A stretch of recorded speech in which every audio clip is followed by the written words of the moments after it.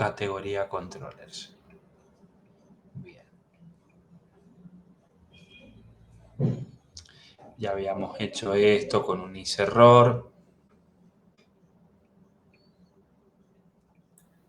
Profe, Sí.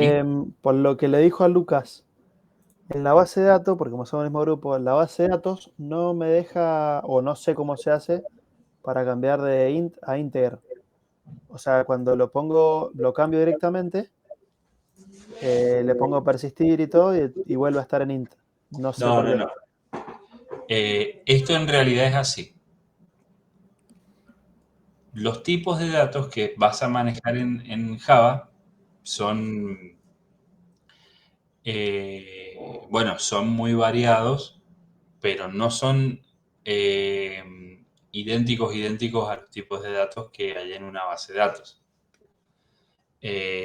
Java maneja un tipo de datos que se llaman, que son parecidos, pero se llaman diferentes. Es decir, si vos pones acá en la entidad, donde tenemos la entidad, si vos pones en la entidad categoría, un integer te va a aparecer en la base de datos como un int.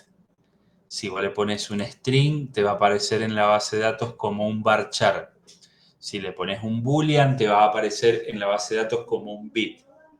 ¿Qué es lo que hace? Es buscar el tipo de datos dentro de la base de datos más parecido o más útil para este tipo de datos de Java y hace toda una transformación en datos para hacerlo, para amoldarse al sistema de datos que tiene el motor.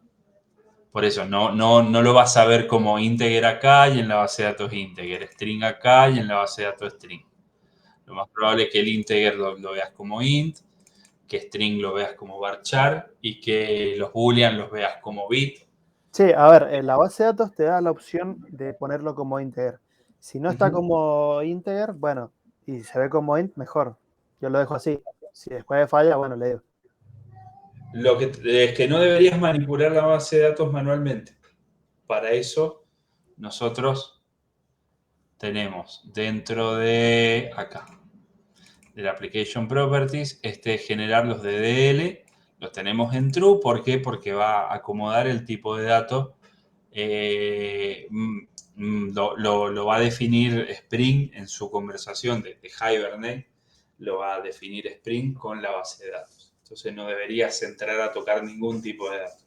Si tocas y lo haces manualmente, podría darte en algún momento, suponete que en Java tenés un string y string te dice en la base de datos, bueno, vas a tener un varchar de 255. Y vos le decís, no me parece un varchar de 255, va a ser un varchar de 40. En algún momento te va a dar un overflow. ¿Por qué? Porque va a decir un string que Java admitió 200 caracteres, pero la base de datos no.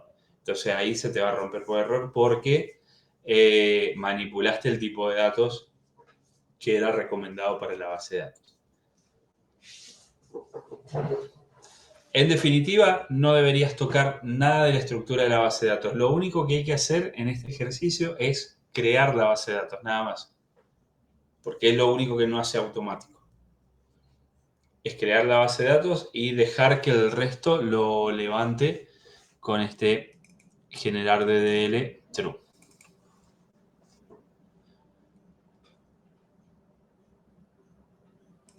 Entonces sí. Pero, por ejemplo, o sea, nosotros lo que hicimos es creamos las tablas, las columnas, y entonces no había que crear ninguna tabla, ninguna columna. Había que crear No, nada más las solamente tablas. tenés que crear la base de datos. Las Ah, ok. tablas y las columnas Se crean solas. se van a crear solas. Claro. Entonces, Ahora. si todavía no tiene datos, lo que te recomiendo es que la elimines y cuando levantes acá, cuando le des el run acá, Ok. cuando le des el run acá a alguna de estas, como tiene esta propiedad en true, las va a crear solas. Ah, Las va a ok. crear con el formato adecuado. Bueno, gracias entonces. De nada.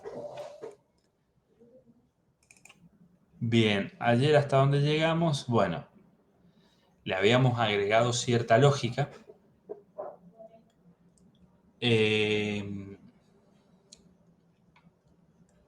a cada uno de los verbos, de las funciones. Teníamos mostrar todo, mostrar categoría por ID, crear categoría. Teníamos unas lógicas y teníamos algunas cosas un poquito como que largas, que yo les decía, bueno, primero entiendan la parte de la lógica y después empecemos a ver de cómo vamos optimizando esto. Y eso es lo que vamos a empezar a hacer ahora. Hay muchos casos que nosotros vemos que hacemos lo mismo acá. Estamos buscando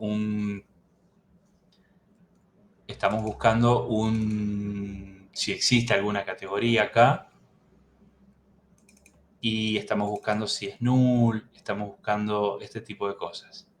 Entonces todo esto nos conviene crear una función que se encargue de hacer todo esto y no repetirla.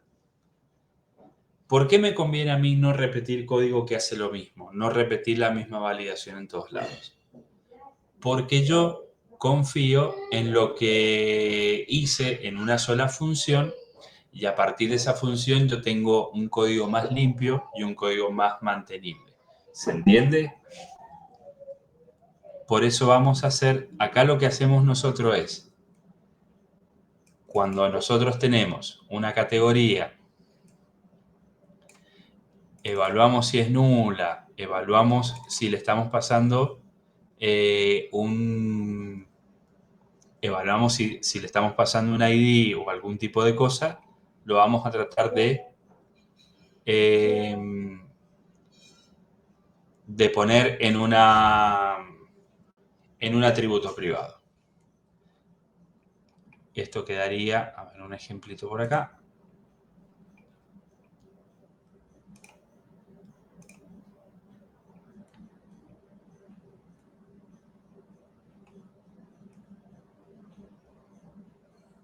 Por acá puede haber un ejemplo. Algo así.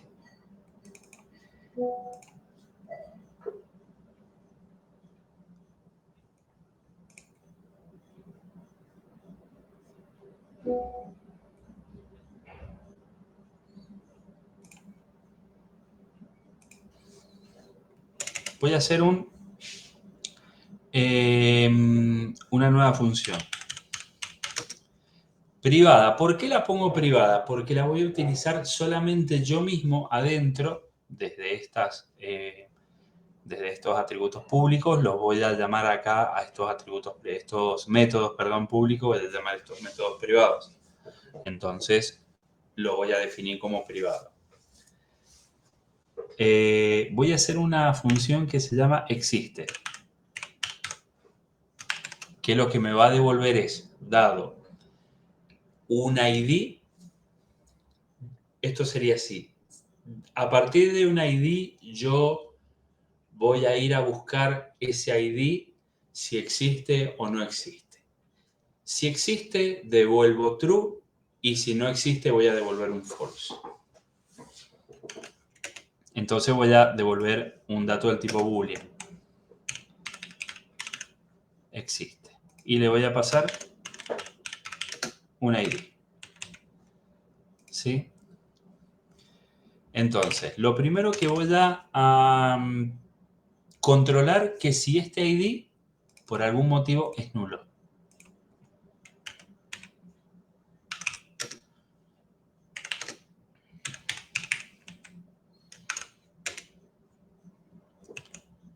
¿Por qué voy a controlar si este ID por algún motivo es nulo? Porque hay veces de que yo estoy pasando, por ejemplo, a ver dónde, en un post tiene que ser. En un post tengo este getID que posiblemente no le esté pasando ningún número, ningún parámetro. Entonces tengo que hacer dos controles. Primero, si es nulo. Y siendo que no sea nulo, ahí recién voy a ir a buscar a la base de datos. ¿Se entiende?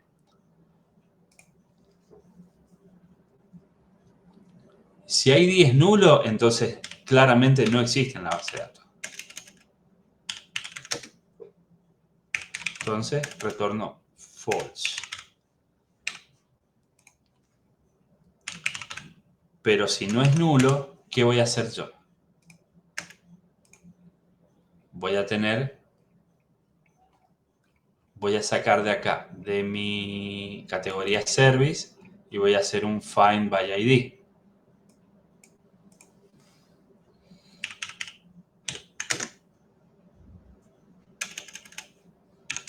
Categoría service, punto, buscar categoría por ID. Y le voy a pasar este ID, que ya se lo puede pasar porque sé que este ID no es nulo. Bien.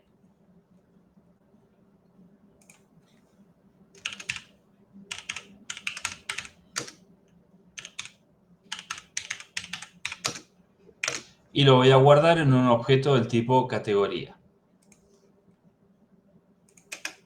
Buscar categoría por ID.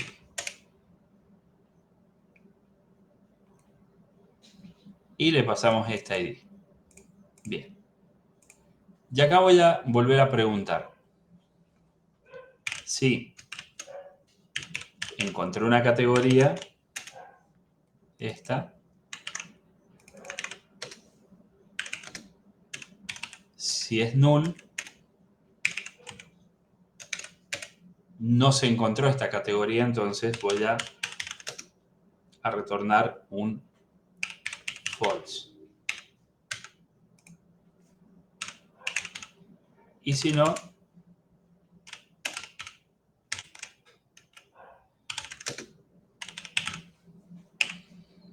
voy a retornar un true. ¿Se entendió cómo lo hice? Tengo un método que se llama existe y le paso un ID. Si esto que le paso dentro de un ID es nulo, entonces esto me va a retornar falso. Quiere decir, si no le pasé ningún número, quiere decir que esta categoría no existe. Le retorna un falso. Si le pasé un número, voy un paso más. Tengo que ver si esta categoría la busco por ID y si existe. Que lo voy a hacer de esta manera. Tomo en un nuevo objeto categoría, busco la categoría. Si no existe, esta categoría me va a dar null. Entonces, si me da null, es que no existe este ID, este registro que me devuelve falso. Y si existe, si lo encuentro dentro de un registro, le devuelvo un true. ¿Se entiende hasta ahí la lógica? Sí, profe. Bien, entonces, ahora en vez de estar evaluando a cada rato acá arriba, yo lo que pregunto es si existe o no existe. Entonces, por ejemplo,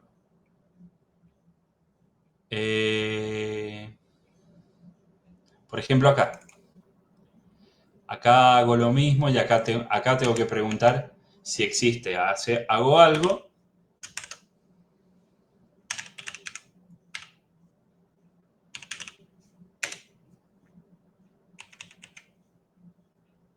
Si existe, hago algo. Y si no existe, hago otra cosa. ¿Qué le voy a pasar como parámetro? Acá le pasamos como parámetro este ID. Entonces, si esto existía, le pasamos este OK de acá. Y si no existía, le pasamos esto de acá.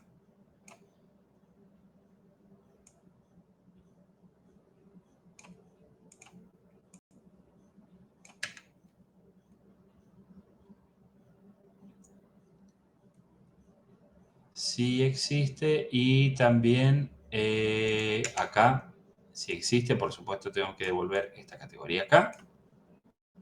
Si existe, entonces busco la categoría por ID y la devuelvo. Y si no existe, devuelvo un error. Si en algún momento yo necesito cambiar la lógica para determinar si esto existe o no existe, no se lo cambio acá y en todos lados, sino que directamente me voy acá a esta función y cambio la lógica que tenga que ir en este momento.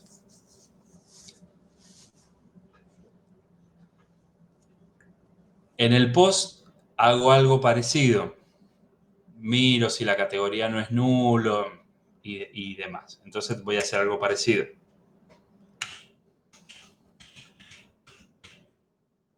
Si existe, voy a hacer una cosa. Y si no existe, voy a hacer otra cosa. Si existe, a ver, ¿y qué es lo que le tengo que mandar? Acá no tengo un parámetro que dice ID, sino que yo le tengo que mandar la categoría .getID.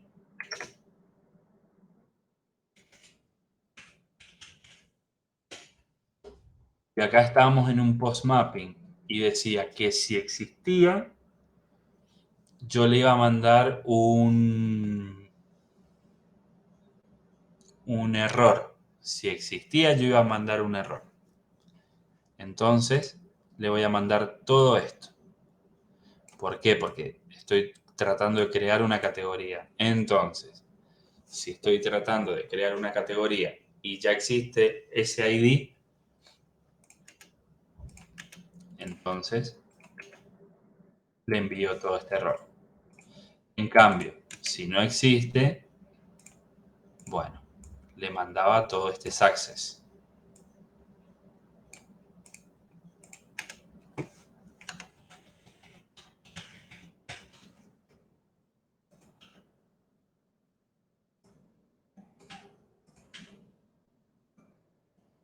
Y me va quedando un poquito más limpio.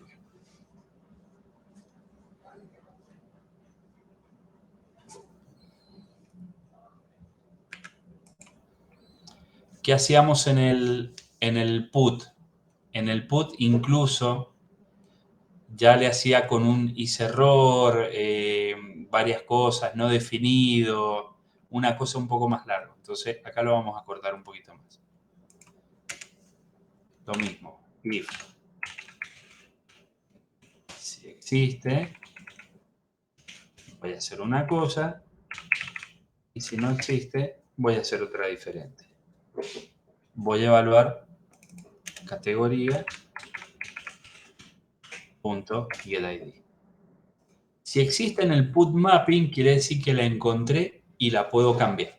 Entonces, si existe, voy a devolver este OK. Voy a hacer lo que tengo que hacer y devolver este OK.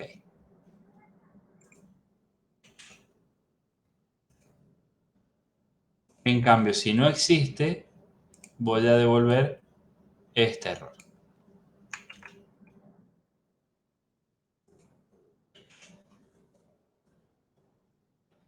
Y todo este invento que puse acá, boolean, is error, y miro una vez, y miro otra vez, y miro por todos lados, ya no lo necesito.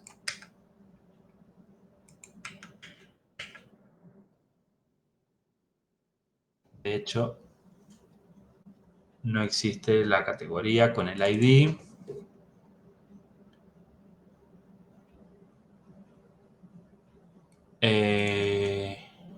Acá no me voy a... Profe, ese ID string creo que no lo borró y no existe más. Claro, este ID string era porque le iba a poner o el número de ID o lo que se estaba especificando con el ID especificado. Le vamos a poner nada más. Por ahora le vamos a poner este tipo de mensaje. Y en el delete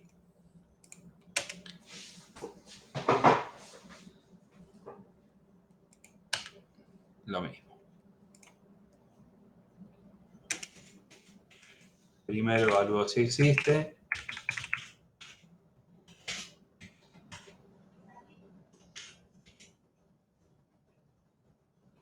Pasándole el ID. Si existe, ¿qué hago? Lo elimino con este OK.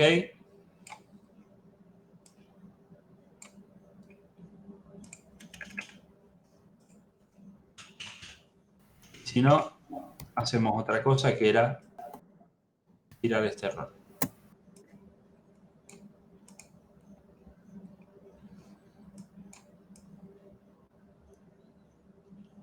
Y tenemos que, ya no dependemos de este busca categoría, algunas cositas así.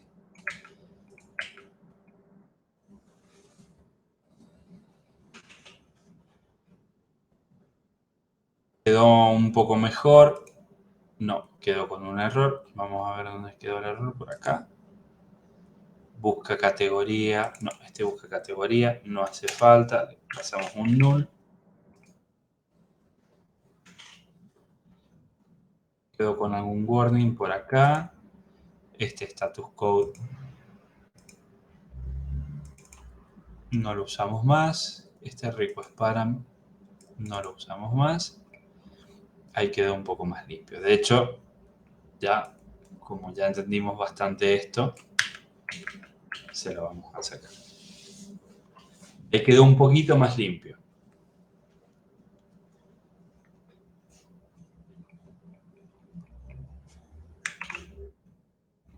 Ahí se entendió que nosotros, ¿qué hicimos acá? Como nos dimos cuenta de que en la mayoría de los métodos estábamos aplicando una forma muy similar de búsqueda, en realidad la misma forma de búsqueda, ¿qué es lo que hicimos nosotros? Abstrajimos esto, lo sacamos, lo pusimos en un método diferente, en un método a nivel del controlador, en el cual simplemente indicamos un booleano y después lo vamos accediendo en cada una de estas partes y lo vamos evaluando de una manera diferente. Esto nos da un código más limpio y además nos permite manejar mejor los errores. Nos permite escalar mejor si nosotros tenemos que hacerle algún tipo de cambio a esta lógica para ver si existe o no existe. Tenemos en un solo lugar que tocarlo y no lo estamos tocando por todas las partes de cada una de las funciones anteriores.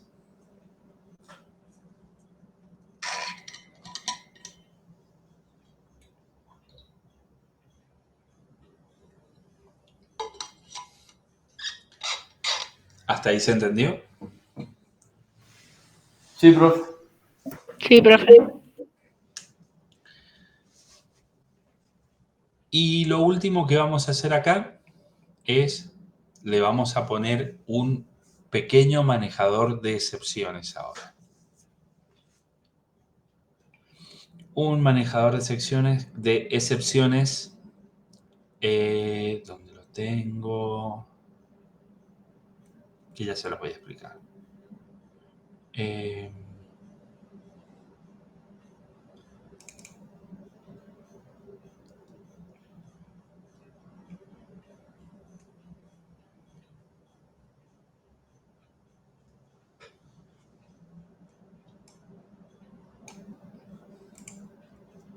Algo así. Ahora se los explico.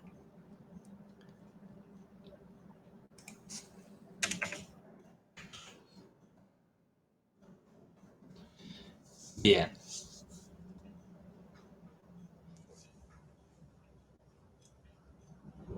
Esto prácticamente lo van a tomar, lo van a copiar y pegar de acá, de esta parte. No hace falta que lo entiendan muy a detalle porque es un poquito más avanzado, pero les explico qué es lo que hace.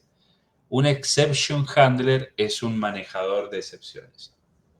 Cuando el desarrollo en tiempo de ejecución da un error, este error Java lo va a identificar, no va a saber cómo continuar, va a identificar que es un error, pero Java va a recopilar todos los datos del error. Por ejemplo, si viene algo nulo y nosotros tenemos un error porque estamos, por ejemplo, evaluando algo nulo, Java no puede seguir, se va a romper, va a tener una excepción si nosotros no la controlamos, no le decimos cómo tenemos que manejar esta excepción. Nosotros podemos tener funciones de este tipo, anotados con este tipo de anotación que se llama exception handler.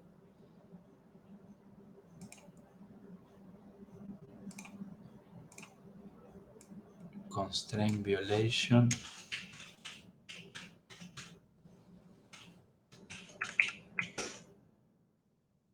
No, pero esta no era la excepción que quería.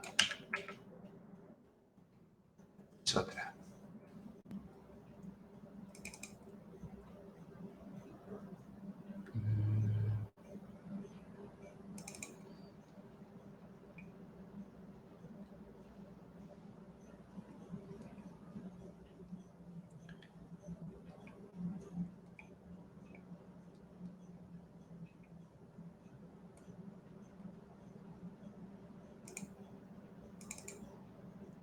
Un data not found.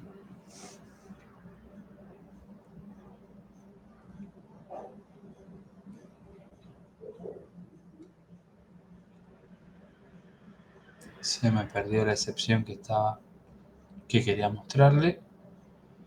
A ver, task control, tengo este constraint violation. Un exception handler, entity not found exception.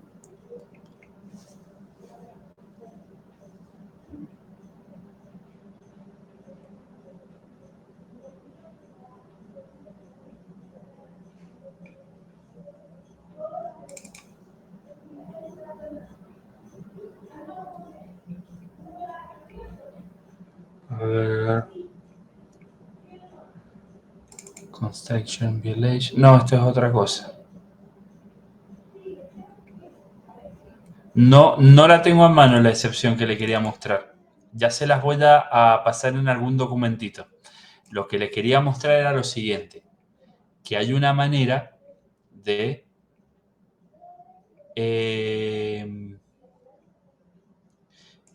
API response me da error acá porque esto no va así y esto acá tampoco.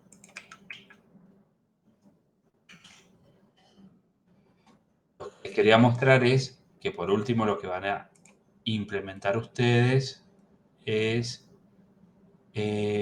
acá en las entidades le van a hacer unas anotaciones de este tipo. Ahora les muestro.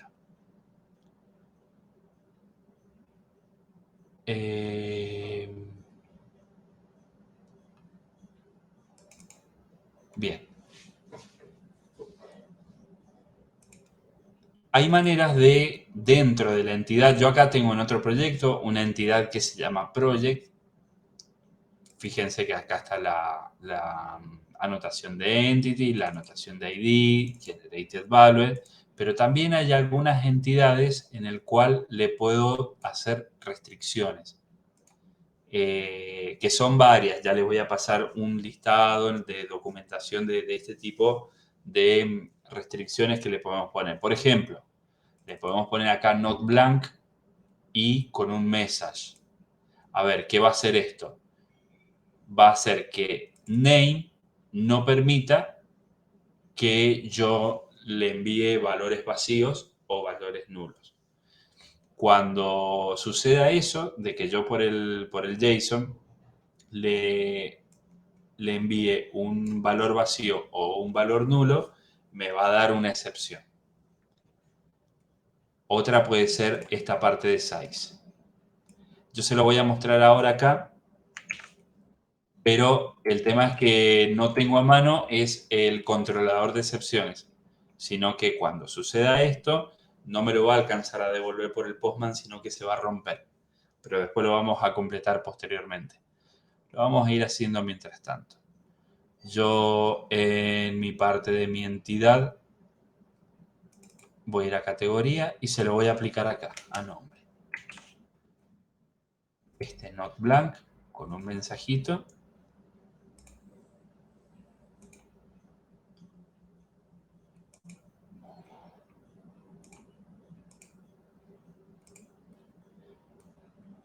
validation.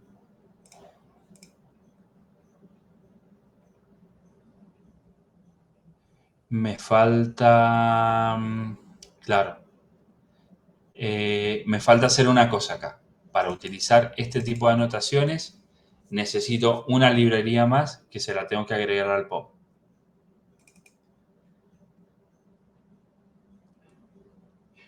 Esta librería es la siguiente. Ahí se las muestro.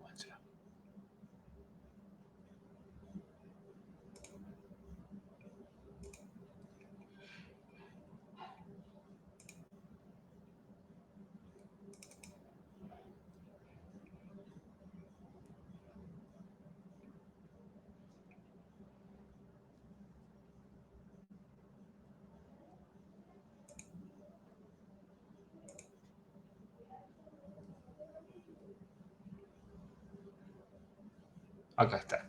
Una librería que se llama validation. Es una dependencia. ¿Sí? Esta dependencia, si bien las dependencias las agregamos en el momento que nosotros hicimos con el Spring Initializer, nosotros le dimos dependencia de JPA, de web, de conector de MySQL, no quiere decir que nosotros no le podemos agregar posteriormente dependencia a nuestro proyecto. Yo me di cuenta que necesito una dependencia de validación acá. Entonces, ¿qué hago? Yo se la agrego a esa validación en el POM de mi proyecto. Recordemos, el POM del proyecto es este archivo que se llama pom.xml y acá tiene un apartado es un XML donde tiene un apartado de dependencias y en este apartado de dependencias yo le puedo agregar esta nueva dependencia que yo quiero instalar que tiene que ver con validation. Cuando yo le dé clic acá a guardar, seguramente o la va a descargar o la va a actualizar. Por eso se va a ver un trabajo acá. Está descargando algunas cosas. Hizo como una especie de recompilación. Y ahora sí este jakarta.validation ya las encontró. Y ya sí podemos anotar con un not blank y con un size. Entonces, vamos a ver un poquito, muy ligeramente cómo funciona esto. Nosotros tenemos en mi proyecto se llama ARC, lo vamos a inicializar. Y lo que teníamos es en mi controlador que está por acá.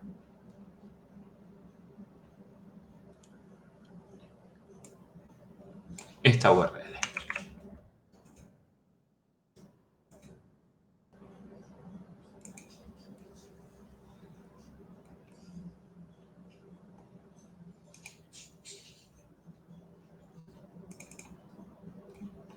Ahí levantó.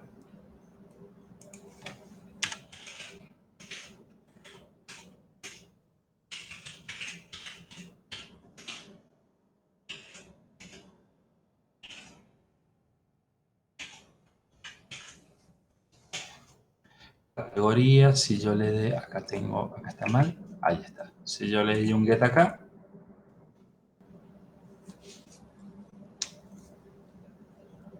bien, acá tengo mis categorías. En cambio, si yo le quiero dar un post acá para crear una nueva categoría, tenía que ir al body, tenía que ir al JSON y si le decía que quería una categoría que tuviera como name, que se llame bicicletas, me lo va a hacer.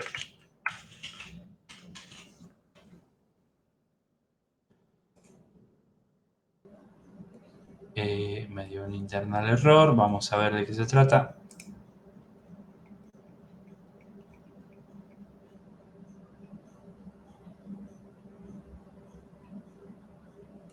El nombre no puede estar vacío.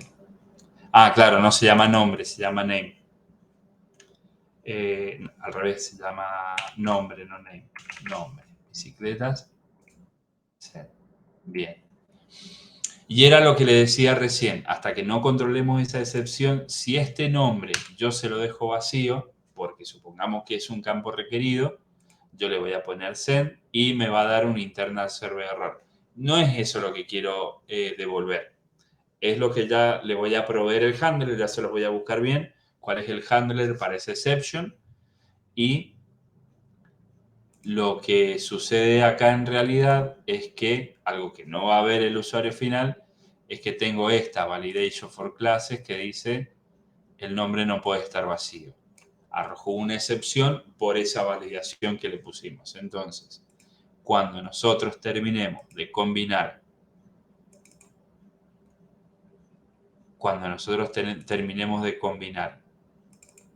este tipo de validaciones con el control de excepción de esas validaciones, ahí podemos devolver un error más elegante e indicarle el nombre no puede estar vacío, que son los típicos mensajes que ustedes ven cuando ponen un formulario y le ponen guardar y había un campo requerido y no lo pusieron, entonces el servidor les devuelve ese tipo de mensajería. Y eso es lo que vamos a estar completándolo directamente en la entidad y en el controlador con un manejador de excepciones que ya mismo se los debo. Ahí avanzamos un poquito más. ¿Hasta aquí alguna pregunta?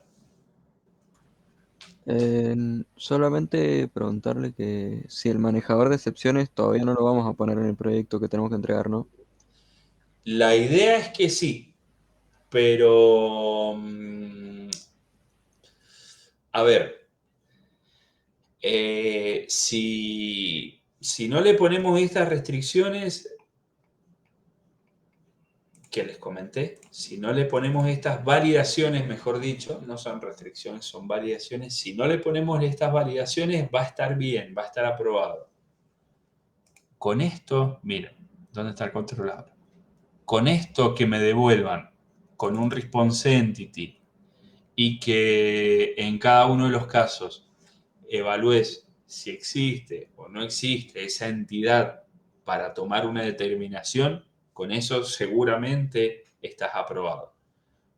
Yo les voy a dejar a través de alguna documentación, ejemplo, un video, lo que sea, le voy a dejar dónde se pone y de qué manera se pone ese manejador de excepciones. Si lo podés implementar y lo podés poner y bueno, vas a estar más cerca del 10, pero no es obligatorio.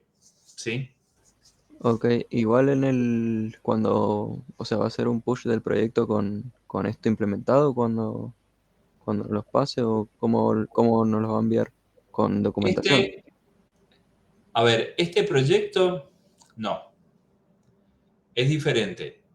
Este proyecto es un proyecto que se llama ARC, que estoy haciendo ramas, pusheando código, cosas así para que ustedes consulten.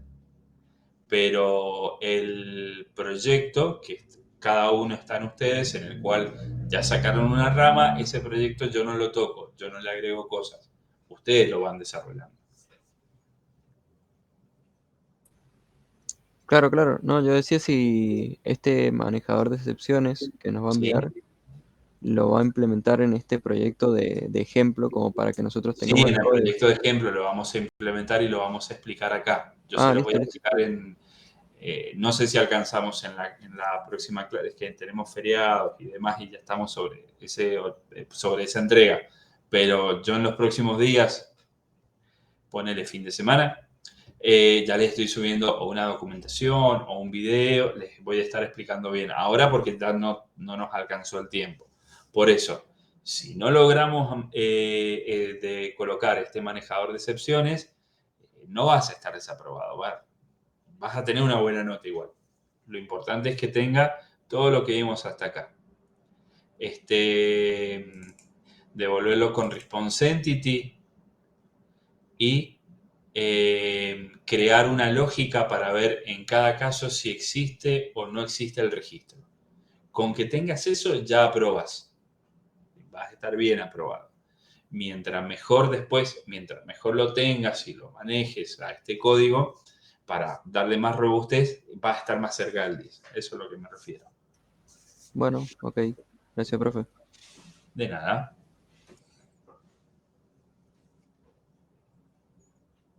¿Alguna otra consulta?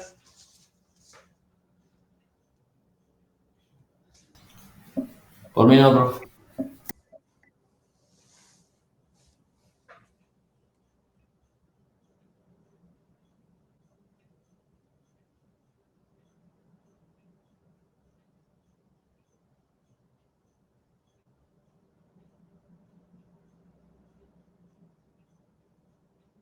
Profe, yo una consulta respecto al proyecto.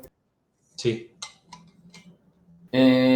¿Cómo es que después se integran, por ejemplo, nosotros separamos las entidades del proyecto, ¿cierto? Del club. Sí. Ustedes después lo integran directamente en una sola rama, cada uno con su... O sea, todo esto se está replicando en cada entidad que nosotros vamos a desarrollar, ¿cierto? Sí. Sí. Entonces van a tocar archivos por separado cada uno. Por eso lo he hecho a propósito así. Cada uno toque una entidad. Entonces van a tocar siempre archivos por separado. Y después yo lo necesito separado por ramas y puedo evaluarte y corregirte. Cuando vayamos a mergear todo a master, lo vamos a hacer juntos. Te voy a mostrar qué es lo que se mergea, cómo queda, pero lo que va a hacer es ir juntando archivos e ir mostrándome los archivos que pueden mergear y los archivos que tienen algún tipo de conflicto y haya que resolver. Pero sí, esto después se actualiza en master. Entonces, ¿qué vamos a hacer nosotros después de que cada uno, no digo entreguen el trabajo, sino que aprueben el trabajo, porque les tengo mucha fe? ¿Qué es lo que vamos a hacer? Cada uno va a subir su rama, vamos a mergear todo en el proyecto y cuando continuemos con el segundo paso, donde le vamos a dar más lógica y relación a las entidades y todo esto, ya van a tener que volver a descolgar una rama nueva de la rama máster donde va a estar todas las entidades actualizadas. La que hiciste vos, la que hizo tu compañero, todas la van a tener actualizada. Y van a seguir desarrollando, van a volver a repartirse el trabajo, pero van a estar desarrollando sobre entidades que ya están actualizadas. ¿Me explico? Sí, perfecto. Gracias. Pero lo vamos a hacer todo junto para que ustedes vean y no hace falta que ustedes lo aprendan a hacer. Simplemente se los quiero mostrar. Igual es muy sencillo administrar una página de GitHub. Es relativamente sencillo, pero no es parte de la evaluación, sino que se los quiero mostrar qué es lo que pasa en cada uno de esos casos.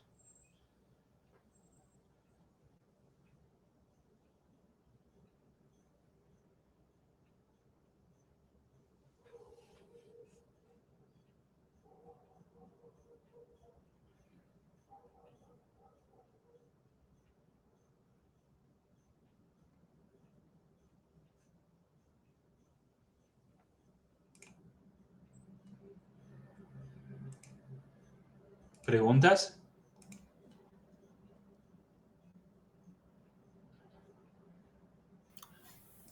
Profe, para actualizar esta última etapa del proyecto, tendría que hacer un pull directamente desde GitHub. ¿Qué sería actualizar? Esta Primero, última, ¿de qué proyecto estamos hablando? de este mismo que está haciendo usted. Para Este que tomarlo. se llama ARC. Claro, ajá, este que se llama ARC. Uh-huh. Para tomar los últimos cambios que se hizo, directamente hago un git pull. Claro, lo voy a hacer ahora, mira, te muestro. A ver. Lo que primero voy a hacer es una nueva rama.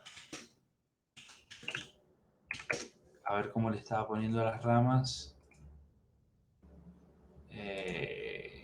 Clase, así. Clase 06 del mes y 15 por el día.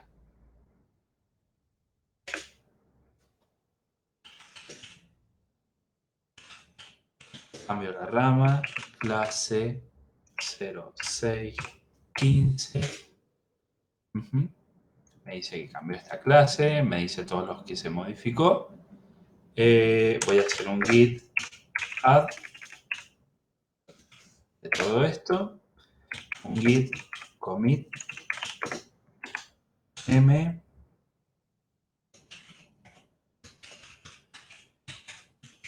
resolvimos.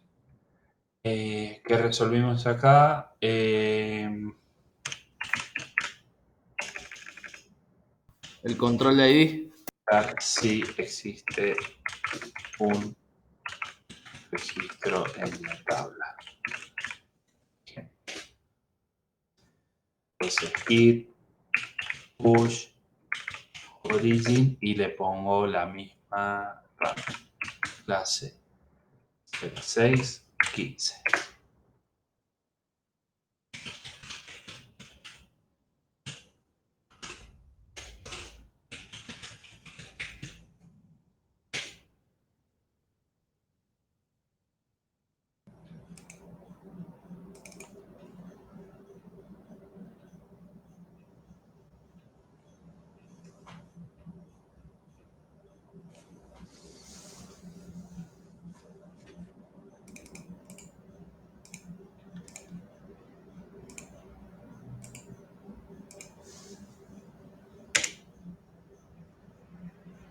Bien, entonces si ahora voy a GitHub,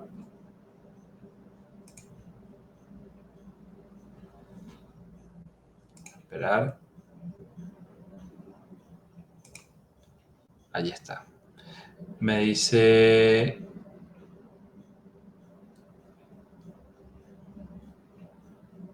no, estoy en otro proyecto. Ya me cambio.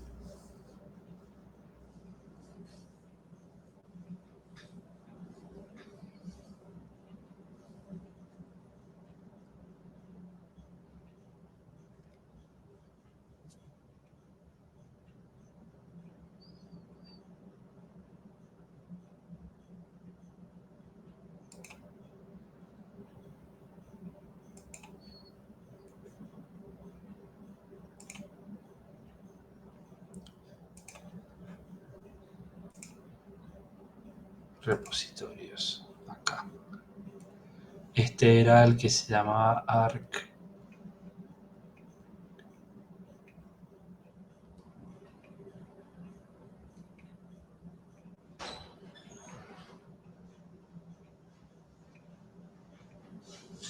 Ni me acuerdo cuál era. A ver, acá está.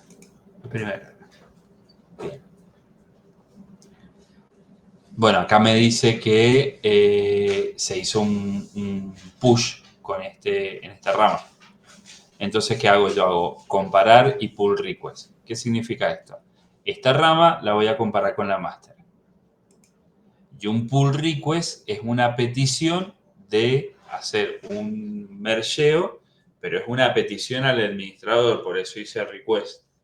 Entonces, me dice, esta rama que acabo de hacer push, 0615, métela en master.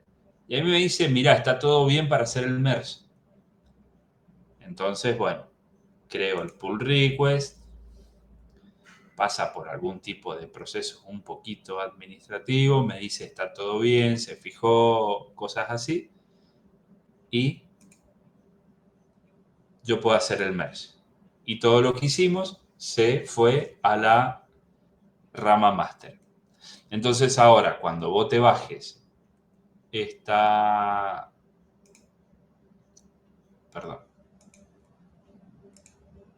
cuando vos te bajes esto con clone o con download del zip, lo voy a poner en programación 2, lo vas a ver con estos últimos cambios. Si te lo descargas con el zip, lo vas a ver con los últimos cambios. Gracias, profe.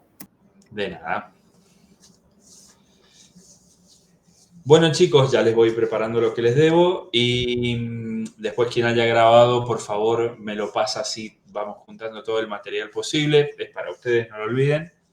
Y bueno, recuerden que tienen unos días más para terminar esto. Me van escribiendo cualquier cosa y bueno, que tengan un feliz fin de semana largo y que quienes tengan papás o sean papás, les deseo un feliz Día del Padre. Gracias, profe. Gracias, profe. Muchas gracias. Buen fin de. Feliz día Buen para fin de. usted. Hasta luego. Que esté bien. Hasta luego.